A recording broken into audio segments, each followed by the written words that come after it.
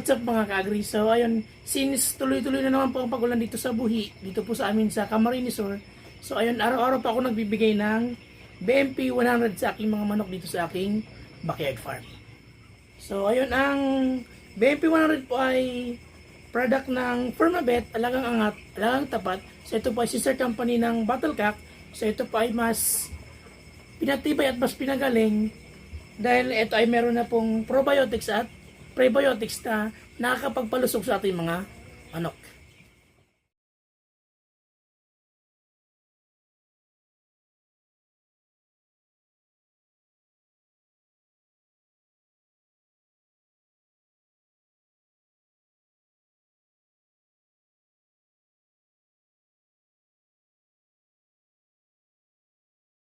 So, ayan po mga ka-agree, natimpla na natin yung ating BMP 100, ibibigay na po natin sa ating mga manok dito sa ating backyard farm.